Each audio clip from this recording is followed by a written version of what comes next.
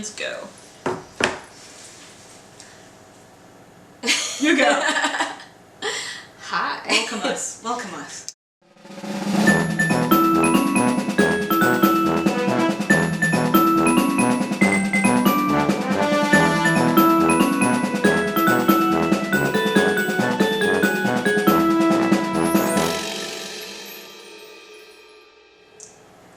Welcome to Muses and Musings, episode 3.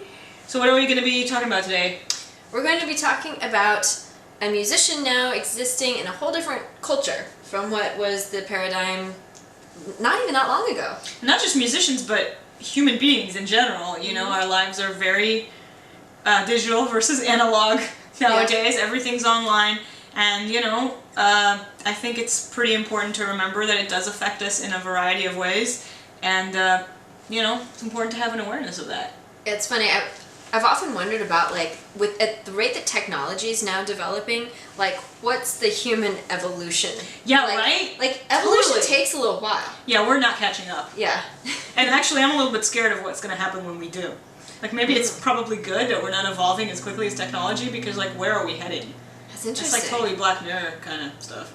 There's plenty to say that are the downsides, but I think we're not really wanting to focus on that. Like, we'll be real, Yeah. but let's talk really about what are the good parts of the digital age, social media, things like that. YouTube came out, or YouTube became like more and more popular as I was in early college, and that helped me a lot in the early days. You have a really cool story actually about how, say it, it's cool. It's not cool. What, are you talking about my first video and how I titled it? Yeah. Because like it's totally one of those things that you would do when you were 18 and now you're like... So, my first YouTube video was when I was 18, and it was, again, YouTube was very new, so it's important to remember the context here, because it's not what it is now, or it was not what it is now. And it was my first YouTube video. It was a cover of Guthrie, and by the way, Guthrie was not where he is now, you know what I mean? Like, he was just becoming known through YouTube, by the way, so it was still really new, and at the time, it was very obvious that the way to kind of break through on YouTube and get hits is like if you were some sort of novelty. So it was cool to be like, I'm 18 and I can attempt to play this or whatever. And I think when you are 18, you have the mindset that kind of does think like that, as embarrassing as it is to admit now. So I was that person who titled a video that way, and I kind of hate to say it, but that used to do the trick. I don't know if it still does. Maybe it does. And again, as embarrassing as it is, it actually helped a lot, especially with it being my first YouTube video. And I think what you're referring to as this being a cool story, because me telling it, I don't feel like it's a cool story at all. But you know what? It led to me meeting Guthrie and playing with him eventually, and you know, cultivating a really good friendship over the last 7 or 8 years, and so yeah, I do have that to thank. So YouTube really is amazing in that way, despite the little embarrassing moment. Because yeah, I would never call something like that now. Although actually, you know what? Funny you should say that, because this was almost exactly 10 years ago, and what I was thinking is maybe I should do like a 10th anniversary video where I take another crack at the same solo but try to play it like way better. That's a cool idea. And as a joke, I'm gonna call it 28-year-old girl playing Guthrie solo. And that's the other thing, is like, not just the fact that I was young and naive and, you know, all those things are true, but also YouTube was so young and social media was so young that I think it was really easy to not realize that, like, this is really public. Like, anybody can see this. You know, like, now we're really aware of what the implications are of that, and what problems have risen from that, and what bullying's risen from that, and all that stuff. But at the time, it was like, it was kind of an age of innocence in a way for a lot of people. Yeah. So yeah, it was harder to see that at the time when you're just like sitting in front of your computer, you know. Right, exactly. So, trolling didn't even have a term yet, because it was just becoming a thing. Right. Okay, now you go. I've talked to you. I think for me, like, the most positive thing that I can see about, like, the whole being online and social media and everything, well, I guess maybe two things.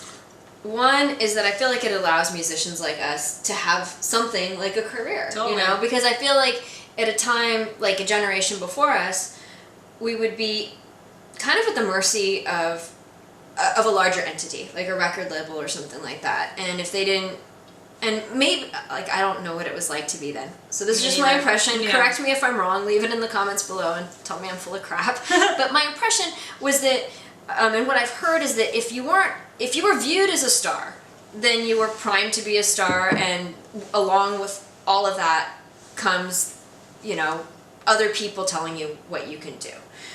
It's the rare exception that artists had, you know, the kind of creative control that we have. It's like nobody tells you what to call your album. Nobody tells me what to call my album. Like we do what we kind of do what we want. Yeah. And then we're the ones who reap the rewards or take the risks, you know. And so in a way, something that is a downside to some is also creatively very freeing.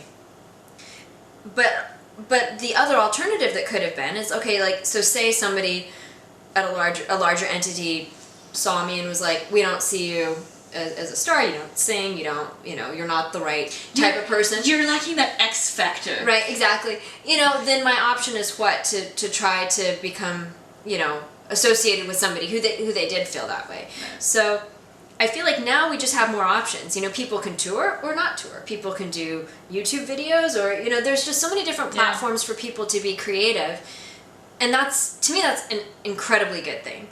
And the other thing that I think is really good about it too is it's so much easier to connect with people on a much more personal level. Mm-hmm. And I feel like the more you connect with different types of people, the better that just is for humanity. You know, it's very easy to live in a bubble, whatever that bubble is, you know, as musicians, as the way we think, you know, any particular group of people. And the internet has made it so that we are exposed to and that we confront people maybe with different ideas, different views, and yet we're joined because of something, you know, that I see as incredibly positive, that you see as incredibly positive, which is music. And so when you can start from a place of common ground, I think it leads to greater openness and people actually having real communication too. Yeah. Yeah, I mean, it's important to, like, you know, you have to come at it from that angle because, you know, it can be hard to connect from something that you're not there. But but yeah, I mean, that's the thing. It really has made the world smaller, you know, because I mean, you're only ever really 1 degree of separation now from so many people, and like all of a sudden our community is bigger but also smaller in the sense that, like, you know, it is such a small community because everybody knows everybody. Right. We just, now, everybody knowing everybody is not 30 people, it's a lot more people. And we still know everybody and we're aware of each other, and, like, you know, we're aware of Australian musicians that maybe we wouldn't have been if we hadn't toured in Australia. What do we talk about now? Am I just in your way a little bit? That's okay. He'll understand. So what other positive things do you think social media and the internet has done for us as musicians? One of the things I really like is I feel like it allows us to learn about and to connect with the people who support what we do. Mm-hmm. And it's a super direct link. You know, sometimes I'll write, I do try to reply to any message that isn't like just like ridiculous.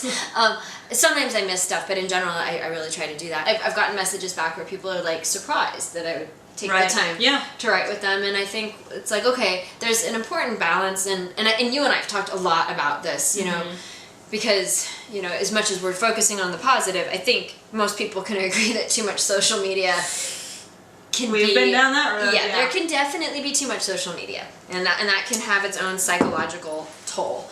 But the being able to connect with people, to write with people, to become friends with people, is an incredible, like, gift. Just even about, like, I see.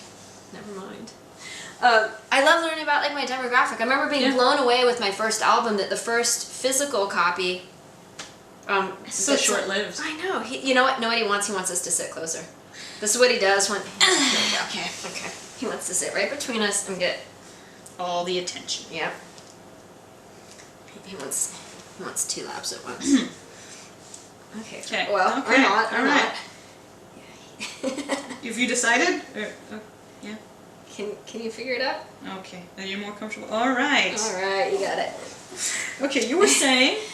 I remember being blown away that my first physical CD order for my first album was from somebody in Finland. And I was like, how does anybody in Finland know who I am? Internet. I think the weirdest thing, I won't consider this a negative thing and therefore something we're trying to steer away from. I think one of the weirdest things about social media is it can kind of get you thinking about yourself in the third person. Right. Which is super weird. It's weird because it's like, you would think, oh, it's so helpful to be able to like have the outside perspective of myself, but it's not really the outside perspective because you're still you. You're just really arrogant now. It's like, she is amazing. I mean, like, what?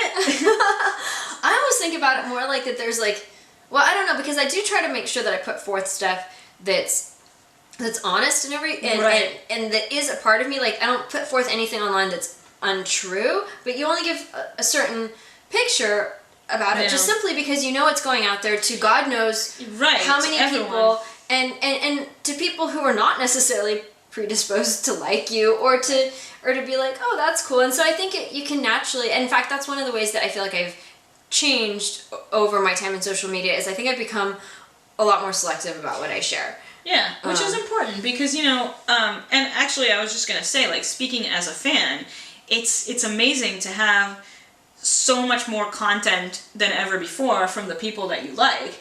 But I think even from the fans' perspective, it's like, just, there's always something really nice about keeping some things a mystery with people that you admire because you probably want to see them a certain way. And like, you know, and also we still have to remember that we're entitled to our private lives. You know what I mean? It's okay for us to be people and it's okay to be selective about, you know, and I think we're both open people, so it's not like we're hiding anything, but there's, you know, I think there's a balance and it's good that we share a lot and everything that we share is always organic, but, you know, I think people feel like they connect, but we also have our own lives, which I think is nice.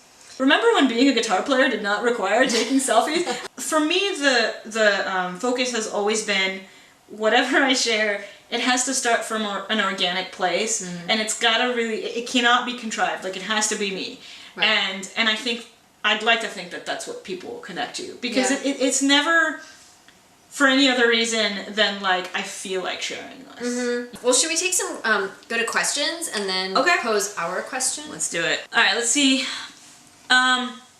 Okay, one question that I really like, or we really liked, is what's it like to be constantly asked what it's like to be a woman in the music industry, and what better questions would you like to be asked by us, the media? This is from Trey Xavier of Gear Gods, who we're both fans of. Yeah.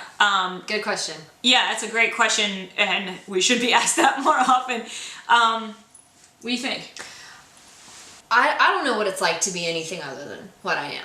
So all I can say is that the number of times I've been conscious of my gender when I'm playing music, like I can't think of any time that I was like, wow, I'm female and I'm playing guitar right now. Like I've thought about that I think like 0 times. Like, are you conscious of your gender when you're playing music? Like I'm not. I feel like... Are you conscious of your skin color? Are you conscious of your religion? Are you conscious of your hair color? I mean... So I think the question, or the type of question that I wish were more frequent would be like really thoughtful and substantive questions about my music. I feel like I can't comment for my entire gender. I can't, and honestly, I don't ever want anything I say to alienate people, you know? And what interests me more is making the best music I can make. And when people listen attentively and have an observation or a question that's insightful, I love talking about that. You can't shut me up. Yeah, I agree. I mean, not I agree that you can't shut you up. I mean, it's true. It's the same about me. For me, I mean, what I feel about being constantly asked that is it just perpetuates the segregation. You know, it's like, if you didn't constantly harp on that, then, you know, maybe for a second, the person who's reading the interview would not think she happens to be a girl. You know what I mean? And so I think it just keeps the focus on that rather than trying to steer it away from it. And plus, again, like we don't know anything else. You know what I mean? So like, what insight could I possibly have on it? I mean, it's like, that's just like asking anybody about what's your experience in the music industry. Everybody's going to have their own answer about that, regardless of what gender they are. Did you already say this? Because I feel like I'm repeating what your answer. Continue. But it's just kind of like, that's just like asking it and in a way that's like not helping, because it's like literally the same thing as asking what's your experience in the music industry, but now you're singling something out that is going to perpetuate an issue. Right. That's that a we're really good already point. like trying to move away from. Yeah, I feel like the biggest issue of being a woman in the music industry is you're constantly asked what it's like to be a woman in the music industry. It's just like you're constantly reminded, and it's just like, thank you, I didn't remember I have boobs. You know what I mean? It's just like, I woke up today and I forgot they were there. Thank you for, I looked, okay, cool, still there. You know what I mean? Like, yeah, let me play guitar. Whoa. Oh, wait, how did that happen? And that's another thing. It's like, never have I it's felt... never happened. Yeah, That's never happened. happened. Like, I've never felt like, oh, the shape of my instrument, you know what? Oh, God, yeah. My body really gets in the way of that. Never have I ever thought that. Yeah.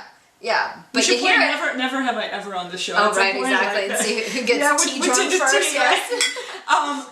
No, and then, like, I guess what I would like to be asked is just, like, about the human experience of being an artist, not like what's your experience being a female in a tough industry or whatever, but like really what it's like to live in your head as someone who's a creative person, because like people don't share that enough. And again, like if you know anything about my last record, it's just kind of like I'm never afraid to talk about like the hardships of it. And again, I don't want to make it into anything negative, but I think if you also try to steer too hard away from the negative things, you're never really going to have, like, the truth about what's going on. You're never going to have documentaries. You're never going to have, like, So I think, just like you, interviewers that really do their research and know really about what you do, not that you're another female guitar player or you're another guitar player, hopefully, or whatever, like, if they're more informed, they can really ask you about your art form, which is different than your art form, and everybody else's, and like now you got a better interview no matter what. To anybody doing an interview, is put in a minimum of as much time to researching the person you're interviewing as you would hope that they would give you for the interview. So at the very least, go to their website, read their bio, check out their music, do some, and I don't say do that like, you should do that, but more like you're gonna get a much more interesting interview. Yeah. You're gonna get ask better past questions. Yeah, you're gonna get past the stuff that everybody knows, and you're gonna What's your favorite color? Right, exactly. How did you start playing guitar? Got every. Can you think of an interview that did not ask you that? I can, and some don't, and I feel like there's nothing wrong with that question, because every interview there's someone reading who doesn't know. Well, and I can actually say, because I had the incredible opportunity to interview Steve Morse, one of my greatest heroes, for Guitar Player magazine, and I realize how difficult it is to write interview questions. Like, I know about Steve Morse. Like, he's been my hero since day one, and the thing I kept coming back to is, don't ask a question because, oh, this is a question I could ask. Ask a question where you would genuinely be interested in knowing the answer. Yeah, what do you want to know? And a lot of times I've been asked a question where I'm happy to answer it, but I think, does anybody care what the answer to this question is? Like, is this interesting to somebody? You know what comes to mind is actually, I think this is why social media is really great, because the fans a lot of time get a glimpse into our lives in what they would wish they could find out, that we are willing to give, and we are volunteering to give, like that's a side of our life.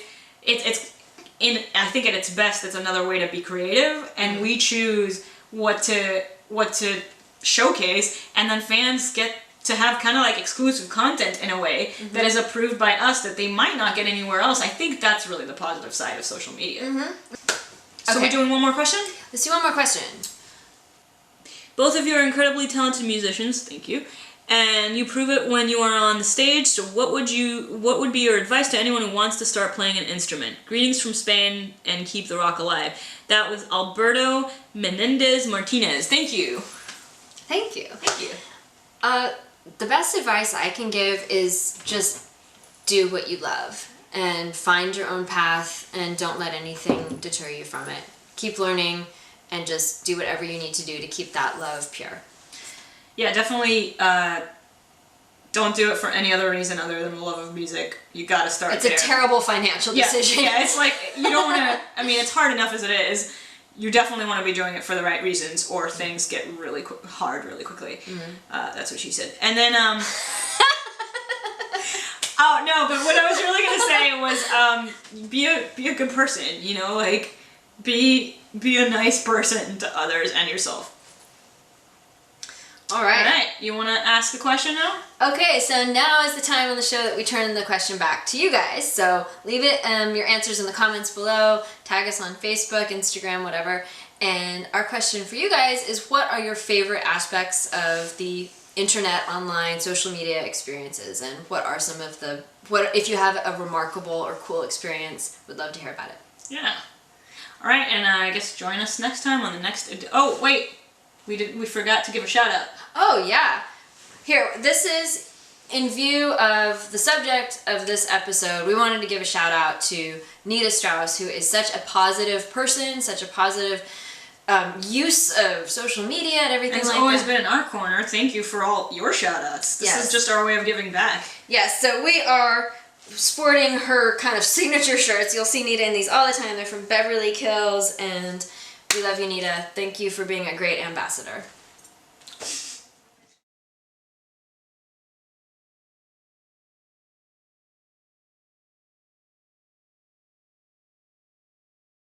Oh, thanks for the tea, baby. Sure, of course. Hey, Ferd wants you to see his ass. Hey! Welcome to Muses and Musings with Neely and Gretchen. Number 4. 3? Or we flip? I thought we were just like keeping number 3 for the other one. Oh. Or we can. That's fine. We'll determine which number it is.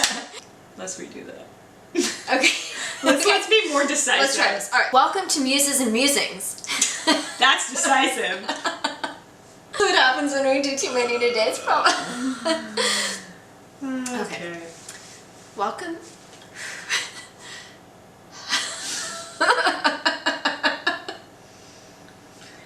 Damn it, Camp Hair. Yeah, facts of life. He's looking at your lap. That's what all the boys. I think we're good. We're good. All right.